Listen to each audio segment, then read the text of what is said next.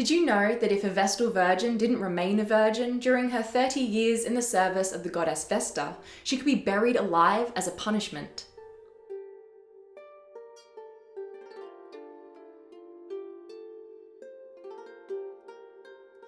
Hello and welcome to World History Encyclopedia. My name is Kelly and today's video is all about the Roman goddess of the hearth and home, Vesta, and her special group of women who served her known as the Vestal Virgins.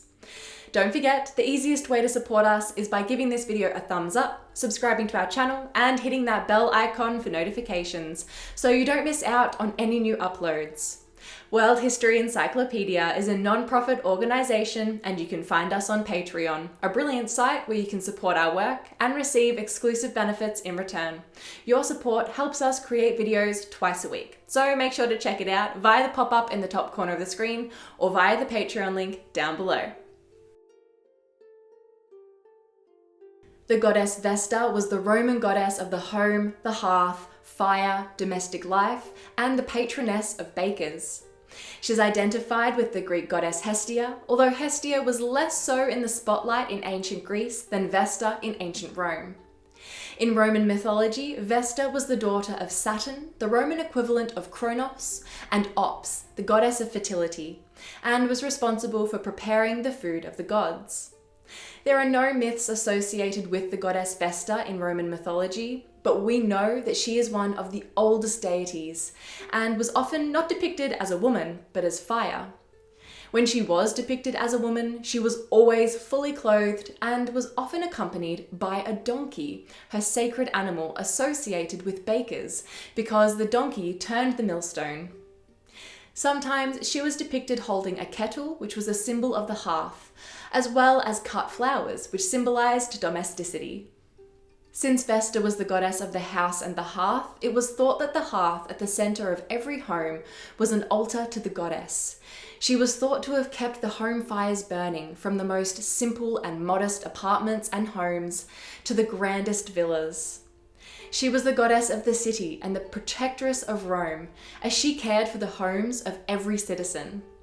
One of the most important holidays in ancient Rome was the festival dedicated to Vesta, known as the Vestalia, which ran between June 7th and 15th. During the Vestalia, the donkeys, which were attached to the millstones and turned them in order to make bread, were released from work. And the Vestal Virgins, who we will get to very soon, made special salted cakes on the 9th of June.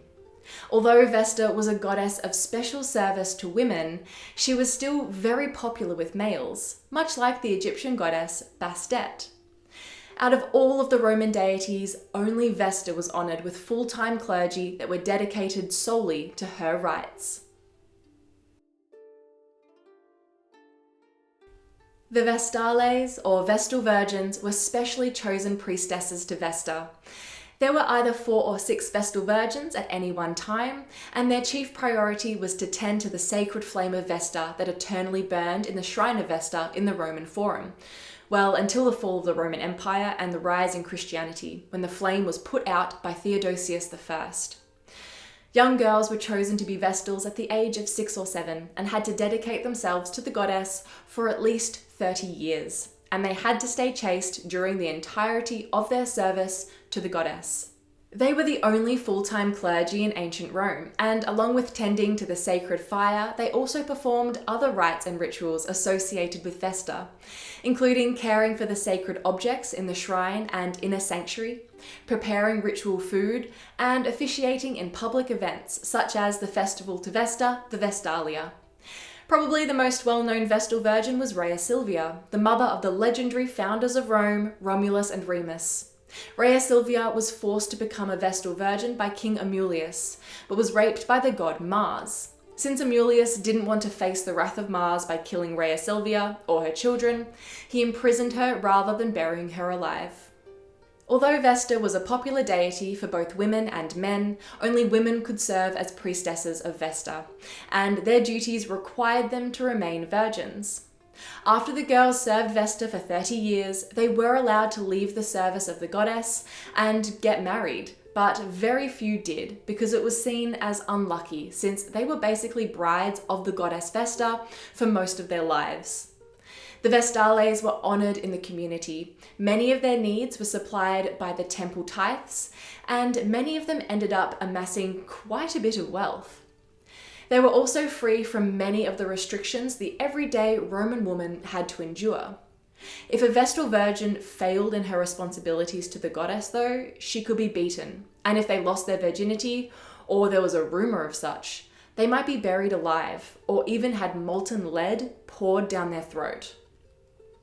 Most of the Vestals that we know of, though, kept their vows, and they kept honouring Vesta and the city and people of Rome until the rise of Christianity. What do you think of the Vestal Virgins? Would you have become one? Let us know in the comments below. If you enjoyed this video, make sure to give it a thumbs up and subscribe to our channel so you don't miss out on our new videos every Tuesday and Friday. This video was brought to you by World History Encyclopedia. For more great articles and interactive content, head to our website via the link below.